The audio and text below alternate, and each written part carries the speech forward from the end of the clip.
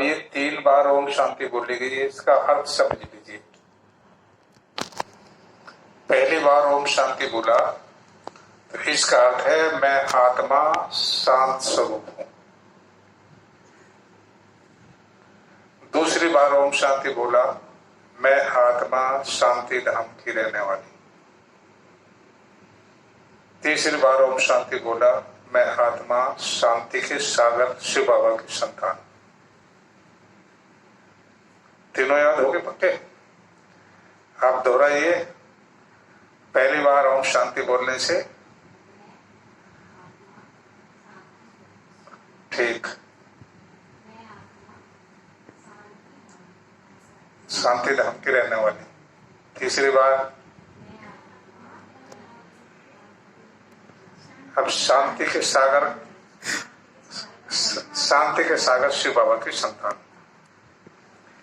अब सागर का रूप किस किस ने देखा? चाहे टीवी में देखा, इतनी दूर तो नहीं जाकर देखा होगा सागर।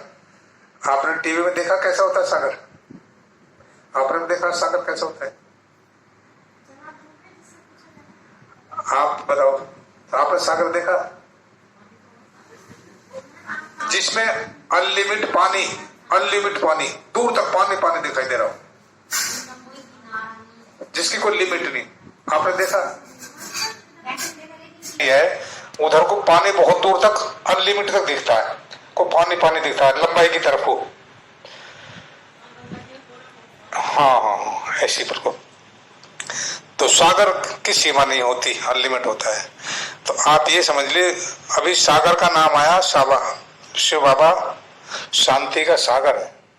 वो सभी चीज का सागर है, सुख का सागर, शांति का सागर, आनंद का सागर, प्रेम का सागर, ज्ञान का सागर। इतने सारे गुण हैं उसके अंदर, विशेषता है तो बहुत सारे, पर ये 7 विशेष है उसके अंदर। तो अभी हम शांति के सागर से कनेक्शन जोड़ेंगे शांति लेने के लिए। तो आप ये सोच लें कि मेरे सामने हम सागर के किनारे पर पहुंच चुके हैं। आप अनुभव करिए, तीसरे नेत्र से देखिए, आज आपको अनुभव करेंगे शांति के सागर यानी गंगा के किनारे पे।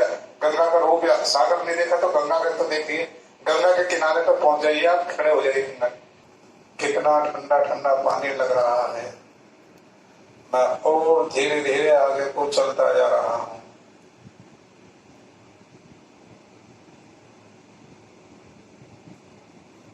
मैं धीरे धीरे चलकर उसमें आधा डूब चुका हूं।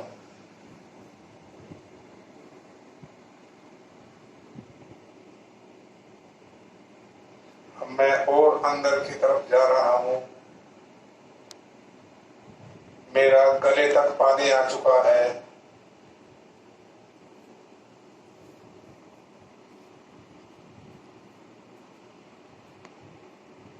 अब मैं और आगे को चल रहा हूं।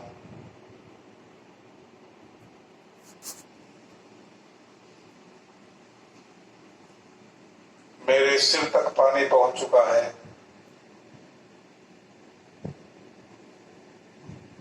अब मैं और अंदर को जा रहा हूं। मैं पूरा शांति के सागर में डूब चुका हूं।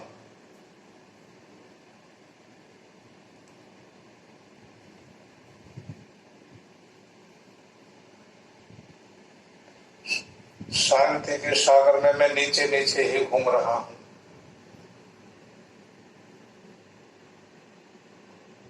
कितने शीतलता का अनुभव हो रहा है।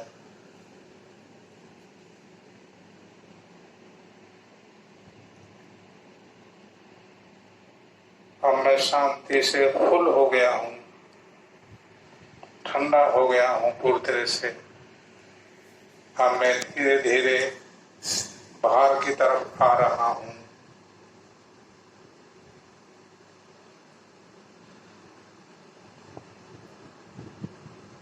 अब मेरा सिर बाहर निकल चुका है।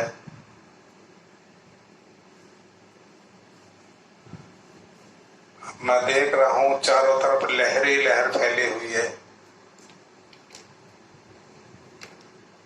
कितना शांत माहौल है यहाँ। शांति के सागर से मैं बाहर निकलता जा रहा हूं।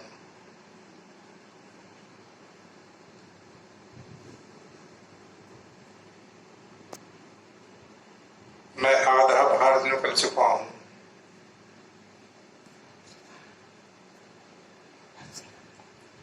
धीरे धीरे किनारे की तरफ आ रहा हूं।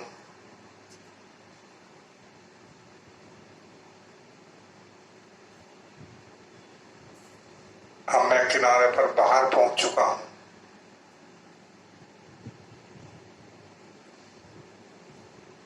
सागर की लहरें मेरे पैरों में टक्कर मार रही हैं।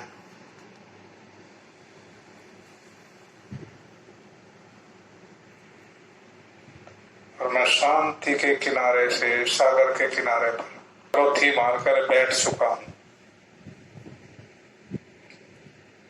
मैं बैठकर शांति की लहरों को देख रहा हूं।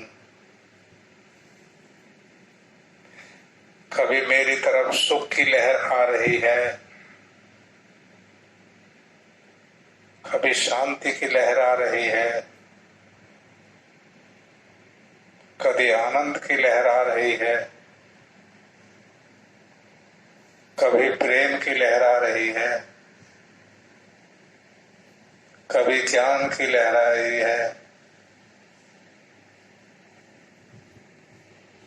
कभी शक्तियों की लहर आ रही है, कभी सफेद सफेद पवित्रता की लहर आ रही है।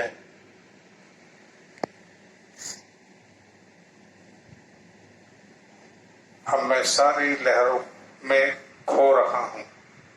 कितना आनंद महसूस कर रहा हूं, कितना सौंदर्य दृश्य है ये। मन करता है यहीं सागर के किनारे पर ही बैठा रहूं।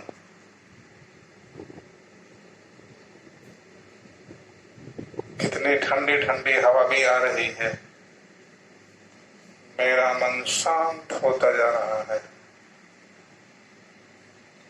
शांति की लहरों में खोया हुआ हूं।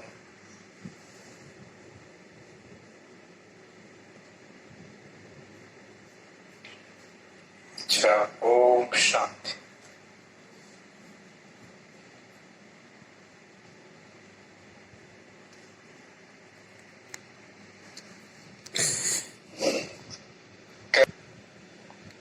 कोई शांति के सागर में नहीं महसूस हुआ कुछ?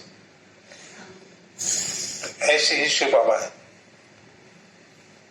तो शिव बाबा शांति का सागर है, तो उसे हम शांति के सागर की तरह याद करेंगे तो हमारे अंदर शीतलता आ जाएगी, तुरंत एकदम मन शांत हो जाएगा। जैसे शांति के सागर में डूब गए तो एकदम खो गए इसमें, तो शांति से फुल हो गए हम। तो धीरे धीरे फिर फुल होके बाहर निकले, फिर किनारे पर आए, फिर पलोथी मारकर बैठ गए। तो हर तरह की लहर हमारे ऊपर आती रही। तो उसका अनुभव हुआ, लहर जो जैसे सागर में चलती है, हवा चलती रहती है तो शिव बाबा से लहरें निकलती रहती हैं, तो उन्हें हमें कैच करना होता है बस केवल। ये सूक्ष्म तरंगे होती हैं।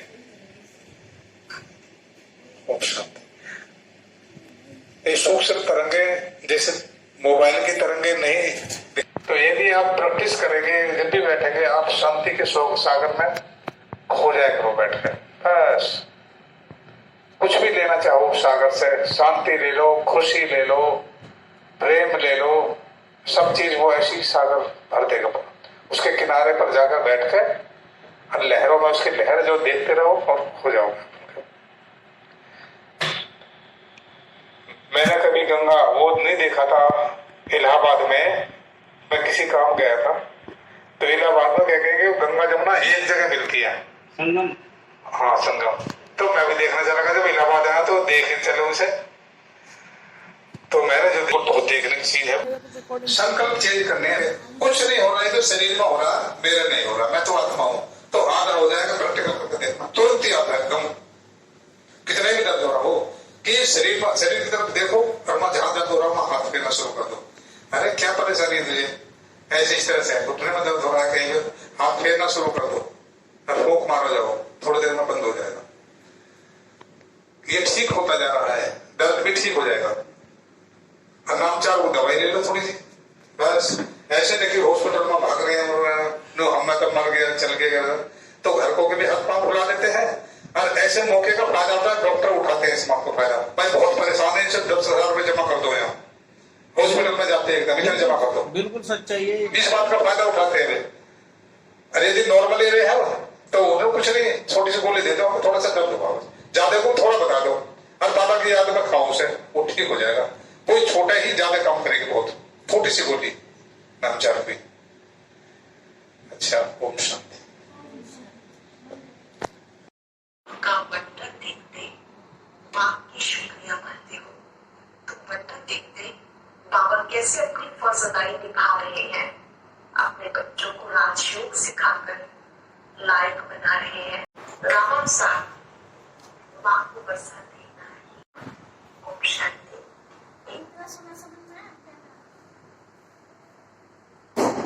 जो आपके कहने का तरीका जल्दी इसे मैंने नया सुना। ये चीज जो होती है ना, ये मोबाइल पे हम रेगुलर सुन रहे हैं, तो फिर धीरे धीरे समझ में आने लगेगी, मोबाइल उसमें बन जाएगी, ये हमारी ये हैबिट बन गई है, ये सुननी है। और आप सुनाओगे तो मतलब इसको मुरली कहते हैं। ये मुरली क्या चीज है जो अभी आप सुन रहे थे कि आत्मा रूपी बैटरी खाली हो चुकी है, वो भरे कैसे। आज दुनिया में सबके पास ये शिकायत रहती है कि हम ध्यान तो लगाते हैं लेकिन ध्यान एक जगह टिकता नहीं है। तो कारण क्या है कि जो आत्मा के अंदर पावर है वो पावर खत्म हो चुकी है, तो वो पावर मिलती है बाबा की मुरली से। मुरली हम सबके लिए उस पिता परमात्मा की चिट्ठी है। तो चिट्ठी में क्या आता है, बच्चों के लिए शिक्षाएं होती है, बेटा ये करना ये करना ये करना है ना। तो आज जो हम पूरे विश्व के अंदर सभी सेंटरों पर मुरली प्राप्त करते हैं, तो आज कौन सी मुरली थी, वे कौन से शब्द थे, सुनते हैं। मीठे बच्चे अब बाप समान देही अभिमानी बनो। ये 2 शब्द आते हैं, देह अभिमान और देही अभिमानी। देह अभिमान मतलब शरीर का भार, देही अभिमानी मतलब में आत्मा। बाप की यही चाहना है कि बच्चे मेरे समान मेरे साथ घर में चले। श्री बाबा की इच्छा है कि सब बच्चे मेरे जैसे बन जाए। मेरे जैसे मतलब श्री बाबा कैसा है, बिल्कुल प्योर, किसी तरह की कोई भी बुराई उनके अंदर नहीं है। तो अपने बच्चों के अंदर भी वो यही चाहते हैं कि कोई भी बुराई मेरे बच्चों के अंदर ना रहे। नहीं रहेगी तभी तो प्योर दुनिया में जाएंगे ना, गंदे तो वहां जा नहीं सकते।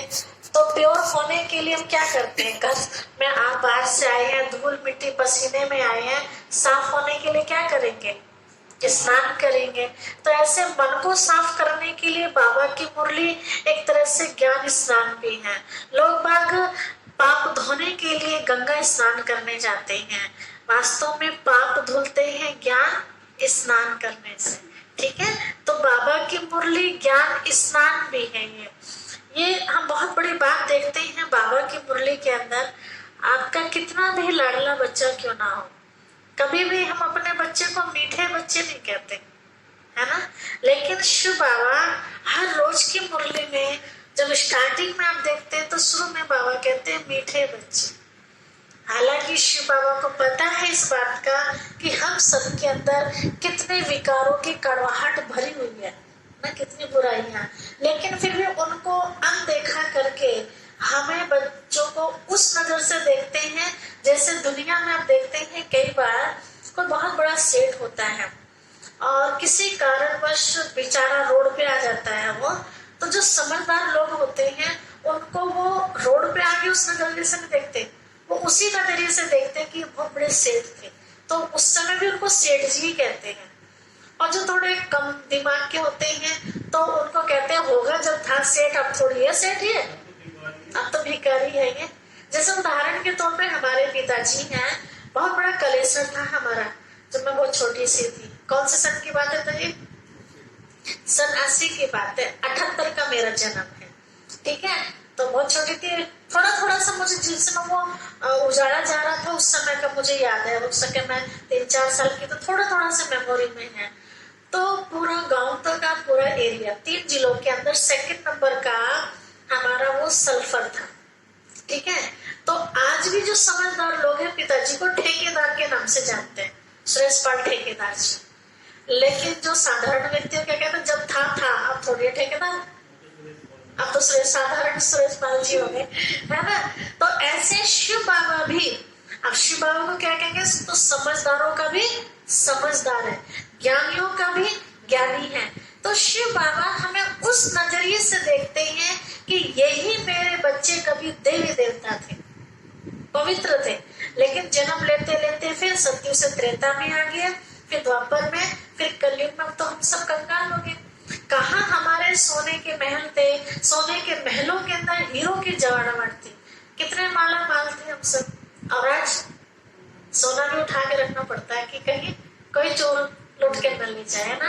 पैसे भी गिनती करके रखने पड़ते हैं कि चलो हमारे पास 10,000 रुपए है और हमें इसी में इस महीने का अगले महीने तनख्वाह है, जो भी है जी। इसका वो बदल गई तो कहने लगी वो नंगे मर चले।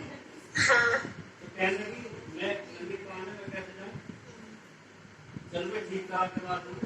तो इसने मुझे एक दे दिया, एक नहीं दिया। तो मैं उसने सुनार में कांटा लगाया तो उस वाले को पड़ी जाएगा, हाँ निशान आ उसने गया। बराबर वाले को दे दिया, उसे साफ कर दे। फिर कहनी देख लो जो हल्का करवा लाए, जो हल्का करवा लाए, हाँ, सोना कम हो गया जुड़वा के दिया, तो यही हो गई। तो बता। हाँ, मतलब हमें कितना अटेंशन कि थोड़ा सा ही हल्का हुआ तो एक ध्यान गया कि हम कितने माला माल थे। हाँ,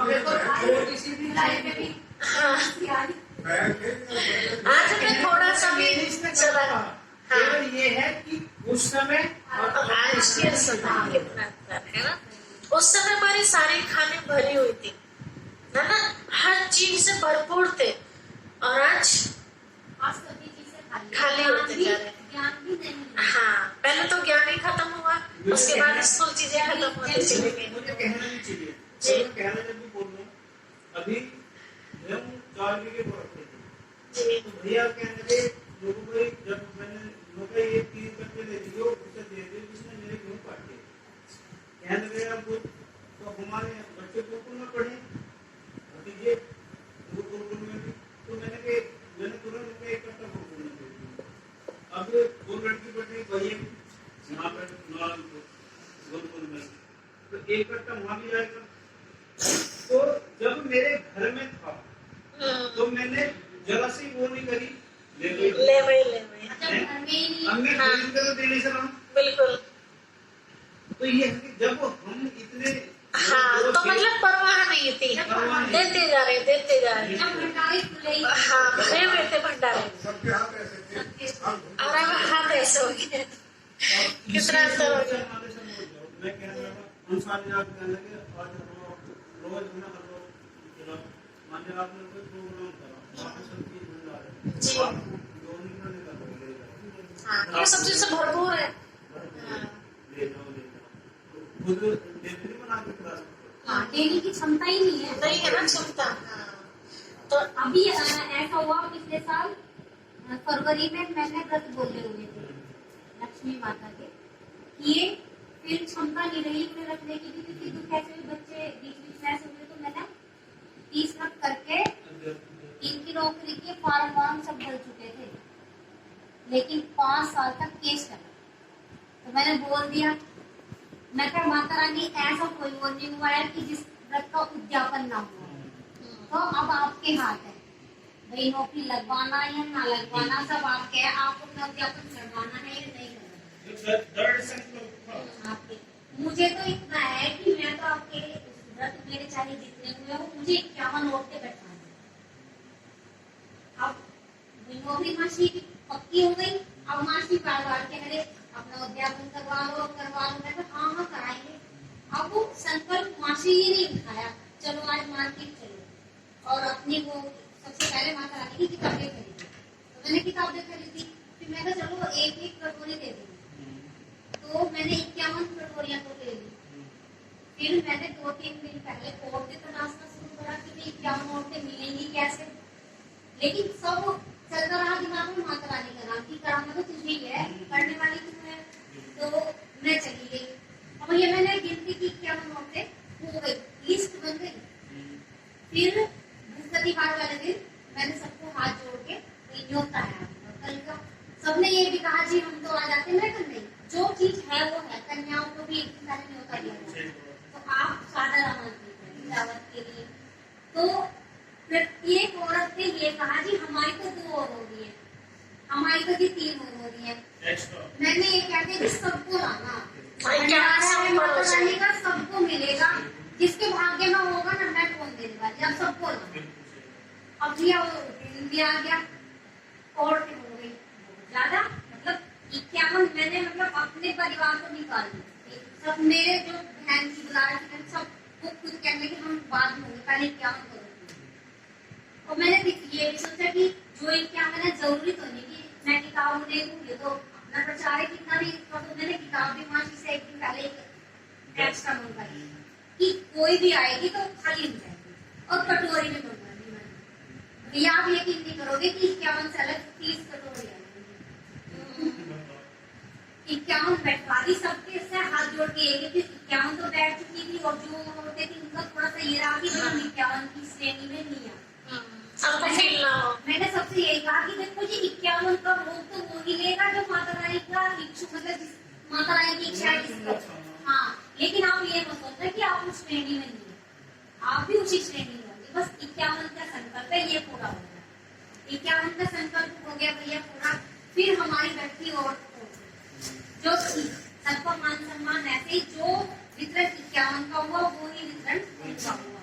तो जब प्रभु का होगा ना आदेश, तो भंडारे भी ऐसे ही खुलेंगे, कमी किसी चीज की नहीं आएगी। हाँ, लेकिन हिम्मत का कदम तो हमें बढ़ाना पड़ेगा। ये नहीं करना चाहिए कि कम न रह जाए, अरे नहीं, बढ़ना चाहिए, बढ़ के बनाओ, जो आए वो खा लेंगे। बिल्कुल, ये हमारा नहीं, उसका भंडारा है, उसके नाम का हो रहा है, सबको प्रसाद मिलेगा जी। तो वो ऐसा हुआ कि सबने ये कहा कि अच्छा हुआ कोई खाली नहीं है। पर ये है कि रोज रोज देखो ऐसा नहीं हो जी। तो हमें बताना चाह रहे थे कि बाबा हमें मीठा बनाना चाहता है। जैसे परिवार में कोई बच्चा शैतान हो, उसको बाबा कहते तू तो शैतान है, तू तो शैतान है, तो शैतानी खत्म होगी उसकी? नहीं, बढ़ेगी। तो हमें उसे गाइड करने के लिए क्या करना पड़ता है? हाँ, कि मेरा बेटा तो बहुत अच्छा है, ये तो बहुत कहना मानता है, ये तो बिल्कुल शरारती नहीं करता, मतलब उसकी अच्छाई हमें बार बड़ा अच्छा बन जाता है। उसे महसूस होता है ये कि मैं तो इतनी शरारती करने, मम्मी फिर भी मुझे इतना प्यार करती है, तो बच्चों को फिर शर्म आती है। तो ऐसे ही हमें भी ये महसूस होता है कि हमारे अंदर इतने विकारों की कड़वाहट है, फिर भी बाबा क्या कह रहे हैं? मीठे बच्चे, है ना?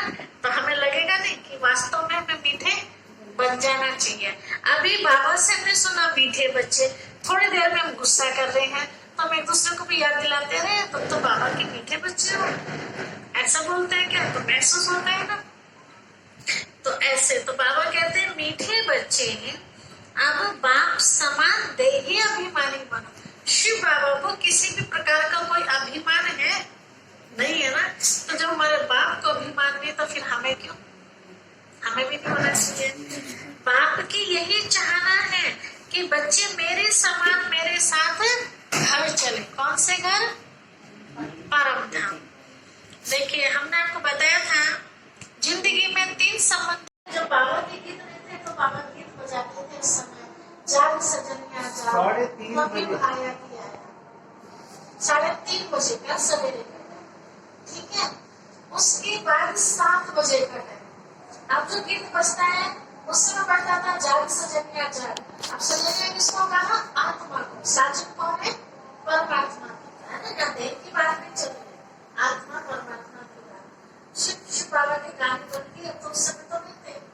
अब गीत बजता है मेरे लाडू चलो, अमृत वेला शुद्ध बाबा मेरे लाडू, बहुत अच्छा गीत है। अगर आपके गाँव में वो 3:30 बजे तो क्या 2 बजे भी पढ़ते हो ना, तो आप सो नहीं सकते। इतना महत्वपूर्ण गीत है, लास्ट में आपको बजा के दिखाया, ठीक है? 3:30 बजे बजा दिया, 9 सवेरे, भले 5 मिनट बाबा को याद कर मेरे साथ फिर सो जाओ बोले। लेकिन उस समय वो प्राप्ति बहुत भारी है। वो समय में जो चाहिए वरदान आप उस समय शिव बाबा से ले सकते